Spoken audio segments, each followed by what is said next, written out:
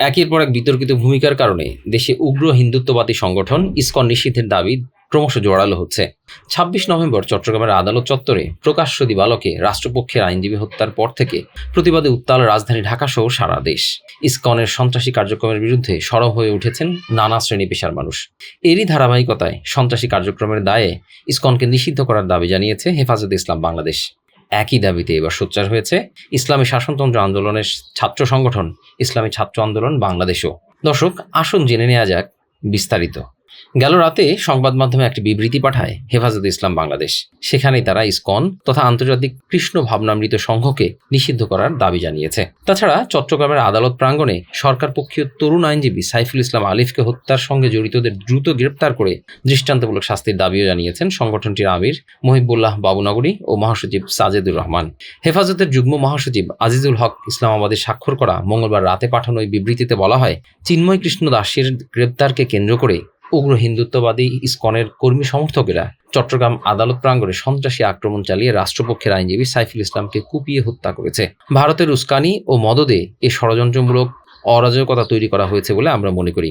এই ষড়যন্ত্রের সঙ্গে জড়িত ইসকনের কর্মী সমর্থকদের দ্রুত গ্রেপ্তার করে শহীদ সাইফুল হত্যার ন্যায় বিচার নিশ্চিত করতে হবে সরকারকে। সন্ত্রাসী কার্যক্রমের দায়ে হিন্দুত্ববাদী ইসকনকে নিষিদ্ধ করতে হবে। ভারতের কোনো ফাঁদে পা না দিতে সাধারণ সনাতনী হিন্দু ভাই বোনদের প্রতি আমরা আহ্বান জানাচ্ছি। আর যারা ভারতের চক্রান্তের সঙ্গে একীভূত হয়ে দেশবিরোধী অরাজকতা তৈরি করতে সক্রিয়, তাদের বিরুদ্ধে যথোপযুক্ত ব্যবস্থা নিয়ে আইনের শাসন প্রতিষ্ঠার নজির দেখাতে হবে সরকারকে। এদিকে ইসকন নিষিদ্ধ করার জোরালো দাবি জানিয়েছে ইসলামী ছাত্র আন্দোলন বাংলাদেশ।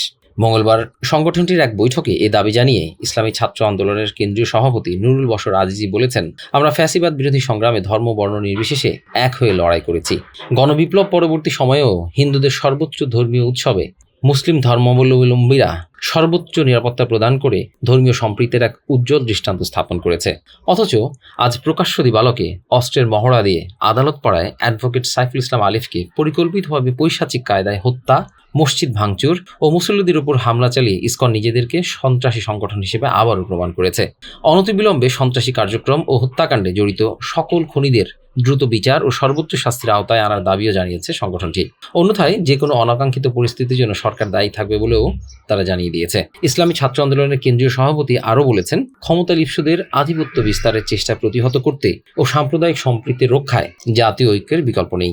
এমত অবস্থায় সন্ত্রাসবাদীরা যেন আমাদের সে গৌরব ধ্বংস করতে না পারে, সে বিষয়ে দেশের ছাত্র জনতাকে সজাগ থেকে ঐক্যবদ্ধ ভূমিকা পালন করতে হবে। পতিত ফ্যাসিস্ট ও দেশ বিরোধীদের সকল চক্রান্ত ও পাতানো ফাঁদের ব্যাপারে সতর্ক থাকার পরামর্শ দিয়েছেন তিনি।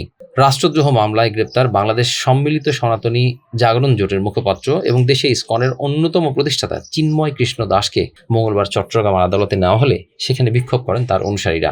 বিকেল 4:30টার দিকে তারা আদালত এলাকায় বিভিন্ন প্রতিষ্ঠানে হামলা শুরু করলে আইনজীবী সাইফুল ইসলাম আলিফ তাদের বাধা দেন। এরপর তাকে তুলে আদালতের প্রধান ফটকের বিপরীতে রঙ্গম টাওয়ারের সামনে নিয়ে যাওয়া হয়।